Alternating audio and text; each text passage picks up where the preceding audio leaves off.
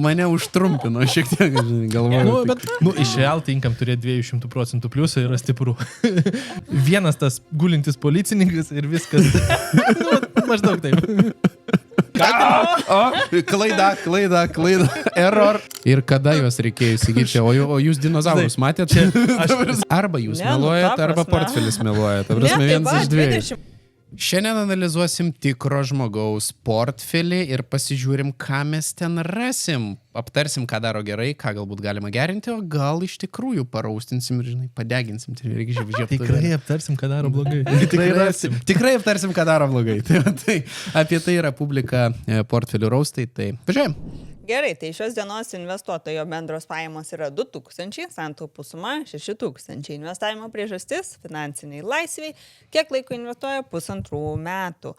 Investuojama suma per mėnesį 300. Apibūdinkit savo strategiją. Sveiki, mano strategija. Pasyvios pajamos naudoju 3x svertą, kad galėčiau iš papildomų pajamų nusipirkti ir JPQ papildomai. Jau 1 metus dirbu užsienyje. Norėjai kažką sakyti? Jo, čia dabar 1,5 metų po 300 ar yra 100 000 portfelį ar ne? Pagal tai, kaip buvo prieš tai. Aš pamačiau jau, to negaliu sakyti. Davai, ką nors. Ne, tai aš jau matęs, tai aš žinau. Gerai, aš pamačiau, ne kai atidarinėjau. Supratau. Ir gerai, tavo pirma emocija. Man atrodo, pagal paskutinius epizodus, pagal sekančius 2 epizodus irgi panašiai atitinka. 200 plus 200 plus 200. 100 štukų, ne? 10. Gerai, važiuojam. Gerai, keliaujam pažiūrėti 10 000. Super. Tai gerai, žiūrim į pozicijas. Wow! Ok, jau senai nematyta tiek daug pozicijų. Kaip čia pasakyti? Pavasarinis valymas, kaip ir laikas. Emilis, aš įtalką, Dili, sell. Gerai, tai žiūrim pirmiausiai kešą, tai kešo, nėra kažkokios didelės dalies. Dalis portfelyje žiūrim pagal išfiltruotas didžiausias pozicijas, tai yra 37 beveik procentai bito US, 32% JPQ. Europietiškas pasirinkimas. O gerai, ir tada pavienės akcijos prasideda. Čia Nextera, man rodos, ne? Nextera Energy, taip. Aš kažkada labai mėgau. Ok, nes yra 11% pliusiukas, tada yra MO, tai čia dividendinis pasirinkimas, UGI. Čia dividendų karalius irgi, man atrodo. Iš viso, 130 metų, žinok, tik vienu metu buvo nepadidinęs, tai gavosi nenutraukiamų 130, bet patenka į tą komunalinių paslaugų, tai šiaip labai toks sąlyginai saugus ilgalaikis pasirinkimas. Net Cisco. Kontris sėdė. Bet 1% čia. O MST3, Mainas ir SPY. 1%. Čia žinai, kai ateinu su... Bet tai palau, tai kur 3x leverage, taip sakant, atsiprašau, jūs gal pardavėte iš tikrųjų didelę poziciją. Gyvą portfelį matom, vėl. Visą laiką, kai apžiūrėkim gyvą portfelį, tai jeigu jūs dar neturite... Tai gerai, Kon3, MST3, o kiek jie sudaro procentaliai? Čia 1% ir 2%, tai čia tokios šiukšlytės. Silence, čia tokį reikia. Pagal strategiją nelabai, bet vėl aš priminsiu, kad mes visą laiką peržiūrim gyvus portfelius ir kadangi eilė yra apie 2 mėnesius, tai kai jūs supilot, jeigu jūs kažką nuveikėt po to, mes matom jau formą supildytą prieš 2 mėnesius, bet portfelį gyvą. Tai vėl, jeigu norit, kad peržiūrėtume jūsų situaciją, tai irgi nuorodos visos apačioje. Tuo pačiu nerekomendacijos, įžvalgos iš mūsų, tai spring cleaning, ne? Jo, spring cleaning. O koks tikslas žmogaus? Aš taip ir... Pasyvios pajamos su leverage. Tokį pamatai ir jau viskas per duris, visą strategiją. Pas mane užtrumpino šiek tiek, galvoju. Bet man rodos tiesiog į core poziciją pasižiūrėk ir viskas. Tai tikriausiai idėja būtų... Bitas su JPQ, tai kombo. Idėja pasyvios pajamos ir plus kažkokie papildomi aukštesnės rizikos pasirinkimai tam, kad papildytum tuos greičiau. Tai čia, žinai, jau ir taip su aukšto rizika į tas pačias pasyvias pajamas sėdžiu ir fokusuojuos ir tada noriu dar papildomai aukštesnės rizikos pasirinkimų, sumaišytų su labai mažos rizikos, taip sakant, aktyvais dar vis iš aukštos rizikos pasirinkimų. Čia aš turiu menį tikriausiai tą patį UGI, Realty. Tokie dideli verslai, kurie labai retas atvejis, kad jie ten kokių, žinai, paims ir 30-40% užaugs ten per trumpą laikotarpį. Tikėtina, kad jie tiesiog tau compoundins, neturi tiek daug plėtro savyje. Real Tingamas po 19 baksų nupirktas, taip sakant, nežinau, kaip jiems čia taip pavyko ir kada jis tiek kainavo, žinai, bet ir nebepildoma pozicija. Tai, bet 207%. Iš Real Tinkamo, ta prasme, tai yra... Bet tai čia, aš nežinau, čia net per tarifus tiek nenukrito. Ne, nenukrito, čia pandemija. Bet pusantrų metų investavo. Negali. Kada kainavo 19? Čia bus tarifai, ne? Gali būti tarifai, bet kada Real Tinkamo po 19 buvo, aš nepirkau. Nu, 5 years įsijung, taip sakant. Nu ir žiūrim tas... 19, kada buvo, ne? Nu paimk Max. Nu Max. Nu tikrai ne pusantrų metų investuoja. Nu tikrai ne pusantrų metų. Paskutinį kartą net 22. Žiūrėk, 22 metais vat, kainavo kažkur apie... Nu bet ne, vis tiek, ne. Kiam. Parodyk man dar tą portfelį, mes į kažką netaip žiūrim. Arba jūs meluojat, arba portfelis meluoja. Ta prasme, vienas iš dviejų. 20 baksų buvo 2007-2008 metais. Real Income. Dabar PM8 rimtai įsigijimo kaina. Aš neįsivaizduoju, kaip jūs sugebėjote. O tai kaip jūs sugebėjote nusipirkti, ta prasme? Ir kada juos reikėjo įsigyti? O jūs dinozaurus matėte? Čia kaina čia 1,5 metų turėjo būti 15 metų. Bet rimtai, atsakykit komentaruose, kieno portfelis, kaip jums pavyko šitą dalyką pagauti. Per paskutinius pusantrų metų. Jo, nes tokios kainos čia nebuvo.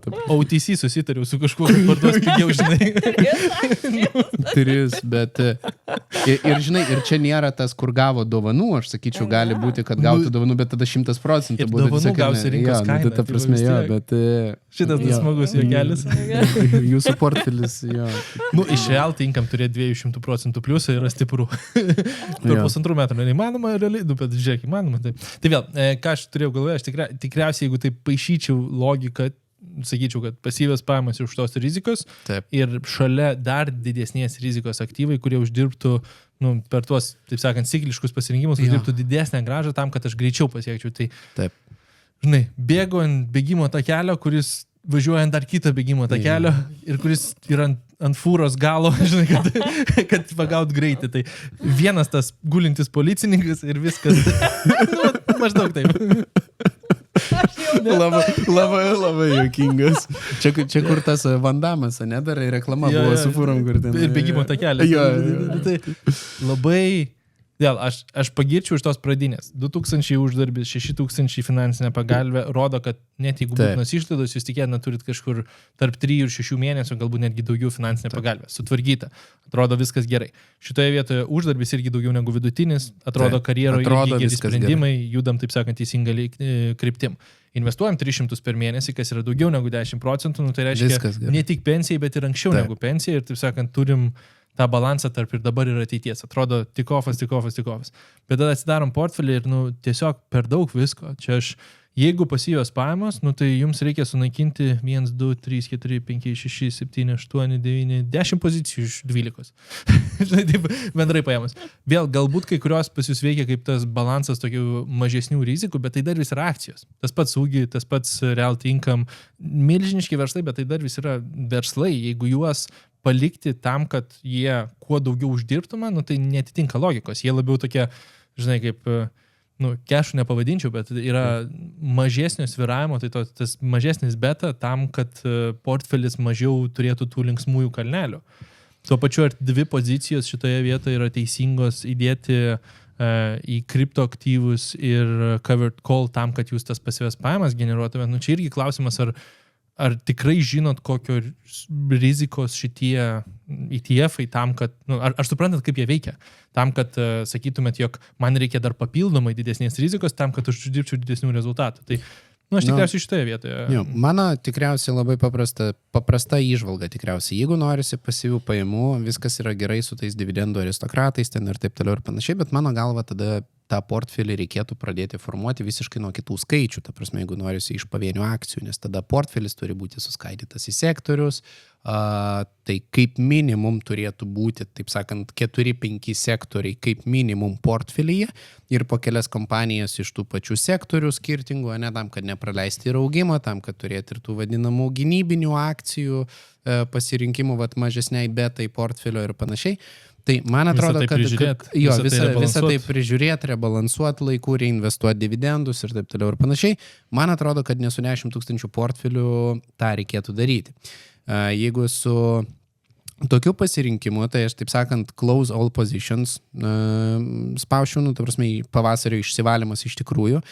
Tada GPQ turi 100 geriausių kompanijų bendrai paėmus ir jūs vieno mygtuko paspaudimu nuperkat į portfelį, ne 100, 96 geriausias kompanijas iš 10 sektorių. Kur tos 4? Ir 10 sektorių viename portfelyje vienu pirkimu su fokusu į technologijas ir fokusu į kasmėnesinės išmokas.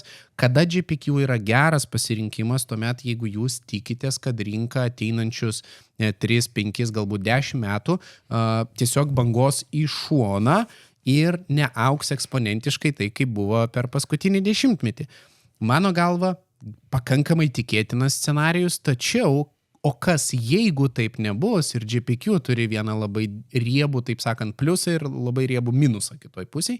Pliusas yra kasmėnesinės pajamos, minusas yra tai, kad jeigu mes staiga pradedam kilti su technologijomis, mes dėl covered call strategijos prarandam labai didelį gabalą pelno potencialiai. Jis nespėja augti taip greitai. Nes nespėja augti taip greitai kaip augimo fondas. Ir tada mes sakom, gerai, tai kaip aš tą galiu kompensuoti dalį? Tai tada ateina į šitą vietą tikrai ne pavienės akcijos, o gali atkeliauti tas pats kaip pavyzdys gabaliukas, jeigu jau mėgstat svertinius QQQ3, tarkime, ETF-o, nerekomendacija. Aš gal tik vieną, tą ir norėjau pasakyti, nežinai, sakai, tai tiem, kas dar negirdėjo čia. Jo, minėjom, kad nerekomendacija. Taip. Yes. Tai va, ir čia man atrodo... Visi dabar įsijungia raustus ir iš karto būna... Žinau. Jo. Tai va, tai logika labai paprasta.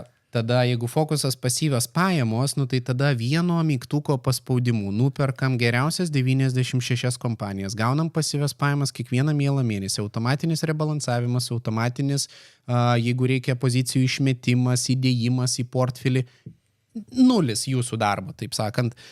Ir jeigu norim nepraleisti to potencialaus užvažiavimo į viršų, to staigaus eksponentinio, pridedam į portfelį gabaliuką kompensuojančio mechanizmo to pačio QQQ3, kaip pavyzdys. Tada kitas momentas, jeigu krenta Nasdaq'as, Nasdaq'o indeksas, tai yra tas pats 96 kompanijas, kaip mes tai suvaldom? Ar per grynųjų aktyvų kiekį pas save portfelyje, bet portfelis tam yra šiek tiek mažokas, ar mes turime galbūt kokį money market fondą, irgi kaip variantas, arba mes turim tada jau tos low beta aktyvus, arba mes pridedam galbūt žaliavų ETF-us ir įtienus. Bet tada jūs turit kiekvieną kartą, kai jūs pridedat kažkokią poziciją, jūs turit užduoti klausimą savo, kokią funkciją portfelyje tai atlieka. Nes dabar gerai, ir kaip plus 200% real tinka mandalis. Ir atskleiskit paslaptį, kokiu būdu jūs sugebėjot per paskutinius 1,5 metų nupirkti real tinkam po 19. Jeigu tai yra AUV counter, aš norėčiau sužinoti iš ko, nes aš irgi norėčiau tokių. Bet prasme, per šitus kelis epizodus, per šitą ir ties du, kurie išeis vėliau, man toks jausmas, kad, prasme, kažkas turėtų sėdėti vietoj mūsų ir iš tikrųjų rodyti. How do you invest? Norit ateit pasikalbėti apie savo... Aš manau santopas čia. Vėl, šitas žmogus 1,5 metų ir po 300 eurų, tai padagim. Atrodo, nuo 2007 investuoja. Arba pagal pirkimo kainos. 15, žinai. Tai va, bet mintis yra labai paprasta. Jeigu aš turiu Bito ir GPQ kaip aleta core poziciją, tai tada aš sakau, kad mano fokusas yra į Bitcoiną ir mano fokusas yra į tai, kad Bitcoinas per ateinančius 2-3 metus turės tą patį augimo ciklą ir ką aš darysiu su tuo pelnu, kurį aš gausiu priverstinai fiksuodamas, taip sakant, šitos pozicijos pelną dividendų pavidalu, distribucijų pavidalu, kur aš jį reinvestuosiu, ką aš darysiu. Tai tarsi į tuos klausimus, mano galva, privalo atsakyti apskritai kiekvienas pradedantysis investuotojas ir tada judėti su strategija, kad nepridaryti didelių klaidų. Tai jeigu norit pradėti, tarsi, bet kokiu atveju, jeigu jūs dar nepradėjot ir sėdit ant sofos ir sakot, tai šitas žmogus yra šviesmečiais, prasme, lenkiantis jūs, tai jeigu norit pradėti investuoti, nuorodos visos yra apačioje, atsidarot Freedom 24, sudedat, pradedat, taip sakant, savo kelionę ir galite atsiųsti savo portfelį raustui ir tada išvengsit galbūt tam tikrų panašių situacijų ir užvesim šiek tiek ant kelio su nerekomendacijomis ir man atrodo, kad bent jau nepadarysi tų klaidų, kurias padaro kiti žmonės. Kurios mums kainavo tikrai ne vieną ir man asmeniškai tai ne vieną 10 000 kainavo. Tai logika yra tokia.